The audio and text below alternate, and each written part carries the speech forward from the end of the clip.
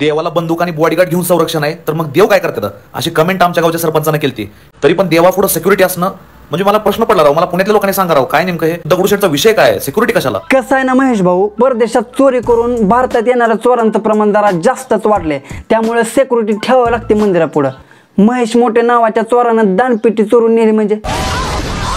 तर प्रणिपात माझ्या आत्मनिर्भर मित्रांनो, जय महाराष्ट्र. जय महाराष्ट्र. परत एकदा व्हिडिओ बघण्यासाठी आल्याबद्दल धन्यवाद. फक्त व्हिडिओ शेवटपर्यंत बघा. तर मंडळी, आज आपण बोलणार आहोत आबाळ हेपलणाऱ्या महेश मोठे नावाच्या हेपलेश बद्दल. मित्रांनो, तुम्ही आजपर्यंत ऐकलं असेल की बाबा बायकांच्या अंगामध्ये 36 नखरे असतात, पण तसं नाही मित्रांनो, पुरुषांच्या अंगामध्ये सुद्धा असू शकतात. फक्त पुरुष महेश मोठे सारखा असला पाहिजे. आमची आई नाराज आहे माझ्यावर, कारण मी लग्न करत नाही. आणि मित्रांनो, मी लग्न का करत नाही, कारण समाजात सध्याची चाललेली परिस्थिती बघून मला वाटत नाही की मी कोणाबरोबर आयुष्यभर राहील. मित्रांनो, हा महेश मोठे इतके रंग बदलतो ना, इतकं आबाळ हेपलतो ना, की याच्या आबाळ हेपलण्याला मर्यादाच नाहीत बघा. हा महेश मोठे म्हणत असतो की मी दारू पित नाही, पण खरं पाहायचं म्हटलं तर पिल्याशिवाय राहत पण नाही. हा कधी कधी म्हणतोय की मी लग्न करणार नाही, मला त्याची गरज नाही, पण विधवा गर्लफ्रेंडला घेऊन हिंडल्याशिवाय ह्याला गप्प पण बसू वाटत नाही. ह्या महाराष्ट्राला एकटा राहावा, लग्न करू नका म्हणणारा मी माणूस आजकाल या व्यक्तीबरोबर का फिरतोय? अबे साले. यावरूनच समजतंय मित्रांनो की महेश मोठे सारखा तुम्हाला आबाळ हेपलणारा दुसरा कोणच भेटणार नाही. पाहुण्यांना किती वेळा पण घरी बोलवा, जेवण खाऊ घाला, आयर करा, तरी पण ते नाराज होणार, एक दिवस तुम्हाला विसरणार. मित्रांना पण तुम्ही किती पण खाऊ पिऊ घाला, ढाब्यावर पार्ट्या द्या, तरी पण विसरणार. पण ही कुत्री बघा, ह्याला एकदा जरी खाऊ घातलं ना तरी मला आयुष्यभर विसरणार नाही बघा. मग महेश भाऊ, तू एक काम कर, त्या कुत्र्यांना घरी घेऊन जा, त्यांना आणखीन खाऊ पिऊ घाल, त्यांच्यासोबत संसार कर, एखादं पोरबाळ होऊ दे. म्हणजे कसं 3 कुत्र्यांचा संसार अगदी सुखाचा होईल. आता तुम्ही म्हणाल व्हिडिओ मध्ये तर 2च कुत्रे आहेत, हे 3रं कुत्रं कुठून आणलं?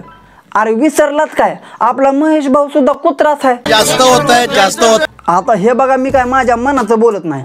आता महेश भाऊ स्वतःला कुत्रा समजतो, त्याला मी तरी काय करणार? मी सुद्धा स्वतःला कुत्राच समजतो. आता हे बघ महेश भाऊ, तू स्वतःला कुत्रा समज नाही तर आणखीन काय समज, तो तुझा प्रश्न आहे. पण मला एवढंच बोलायचंय की बाबा, स्वतःला कुत्रा समजून त्या कुत्र्यांचा अपमान करू नको. एका जातीची व्यक्ती दुसऱ्या जातीच्या व्यक्तीशी लग्न करू शकत नाही, आणि जर केलं तर घरच्यांचा विरोध होणार, पाहुण्यांचा विरोध होणार, आणि मग समाज विरोध करणार. डॉक्टर बाबासाहेब आंबेडकर यांच्या दुसऱ्या पत्नी त्या की ब्राह्मण समाजातून होत्या, त्यावेळेस त्यांना विरोध झाला लग्नासाठी असेल, तेव्हा बरेच माईसाहेब आंबेडकरला म्हणत होते की तुम्हीच बाबासाहेबांना संपवलं. मित्रांनो, जातीभेद तेव्हा पण होता आणि आता पण आहे, जो की मी पण अनुभवतोय. हा जो खासा फोटो आहे तो बाबासाहेब आंबेडकरचा पलंग आहे, त्याच्यावरती आंबेडकर साहेबांनी शेवटचा श्वास घेतला. खासा फोटो आहे तो पहिल्यांदा विमानात जाताना आहे. बाबासाहेबांनी घातलेले कपडे बघून माझ्या अंगावर त्याचा काटा आला. मित्रांनो, हा तोच अस्थिकलश आहे. म्हणूनच म्हणतोय महेश भाऊ, गांजा फुकून व्हिडिओ बनवत जाऊ नको. विषय काय आहे, तू बोलतोय काय, तुला लोकांना काय समजून सांगायचं असतंय हे अगोदर तू समजून घेत जा, आणि मग लोकांना सांगत जा. नाहीतर 4 दिवस लोक ऐकतील आणि 5व्या दिवशी थुकतील. मी इथं बनवलेला व्हिडिओ अपलोड केल्यावर तुमच्या मोबाईल मध्ये दिसतंयच कसं? मी इकडून हॅलो म्हणल्यावर तिकडच्या माणसाला ऐकूच जाते कसं? लाईट हितनं चालू केल्यावर आपल्या घरचा बल्ब लागतोयच कसा? टीव्हीवर मुंबईमधनं प्रसारित केलेला कार्यक्रम खेडोपाडी दिसतोयच कसा? मित्रांनो, महेश मोठेनं जसं लोकांना प्रश्न विचारले तर तसेच प्रश्न लोकांनी महेश मोठेला विचारले तर त्याच्याच कमेंट बॉक्स मध्ये. चला तर मग बघू आपण काय काय विचारलंय नेमकं लोकांनी. तर पहिला प्रश्न आहे, महेश मोठेला एवढा कडक माल मिळतोच कसा?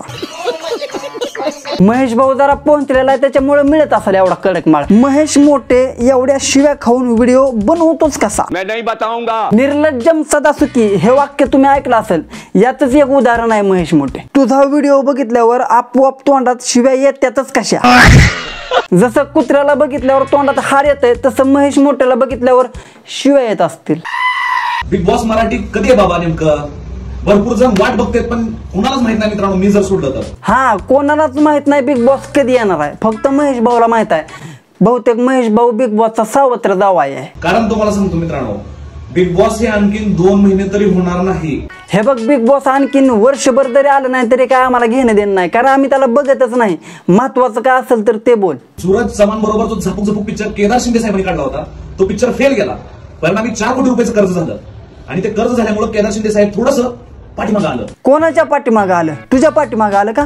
हे बघ, जर शिंदे साहेब तुझ्या पाठीमागं आला असतील तर त्या शिंदे साहेबाला एक विनंती करतो की ह्याच्या पाटाळात अशी लाद घाला की यानं खाल्लेला भात बाहेर आला पाहिजे. एवढंच नाही तर याचा कुबाड मोडलं पाहिजे, हे एका ठिकाणी बसलं पाहिजे. कमीत कमी कुत्र्यासारखं भटकायचं तर कमी होईल. हे मी सुद्धा स्वतःला कुत्राच समजतो. काय वाटतं तुम्हाला दारूबंदी झालीच पाहिजे फक्त बोलायपुरतं नाही, दारूबंदी खरंच झाली पाहिजे. दारूबंदी झाली पाहिजे का नाही झाली पाहिजे हा मुद्दा ठेवा बाजूला. आणि हा महेश मोठे नावाचा माणूस जो आहे ना, ह्याला घ्या पहिल्यांदा बाजूला आणि ह्याला पायाखाली घालून तोडवा. हे बेन स्वतः दारू पित दुसऱ्याला सांगायला दारूबंदी झाली पाहिजे. तर मित्रांनो, बस आजच्या व्हिडिओमध्ये एवढंच. जर तुम्हाला हा व्हिडिओ आवडला असेल तर व्हिडिओला लाईक करा, चॅनलला सबस्क्राईब करा. आणि हां, महेश भाऊला अजिबात कसली हेट नाही, महेश भाऊबद्दल मनामध्ये कसला द्वेष नाही. महेश भाऊला जाऊन काय बोलू नका म्हणजे झालं. तर भेटू आपण लवकरच पुढच्या व्हिडिओमध्ये. तोपर्यंत राम राम.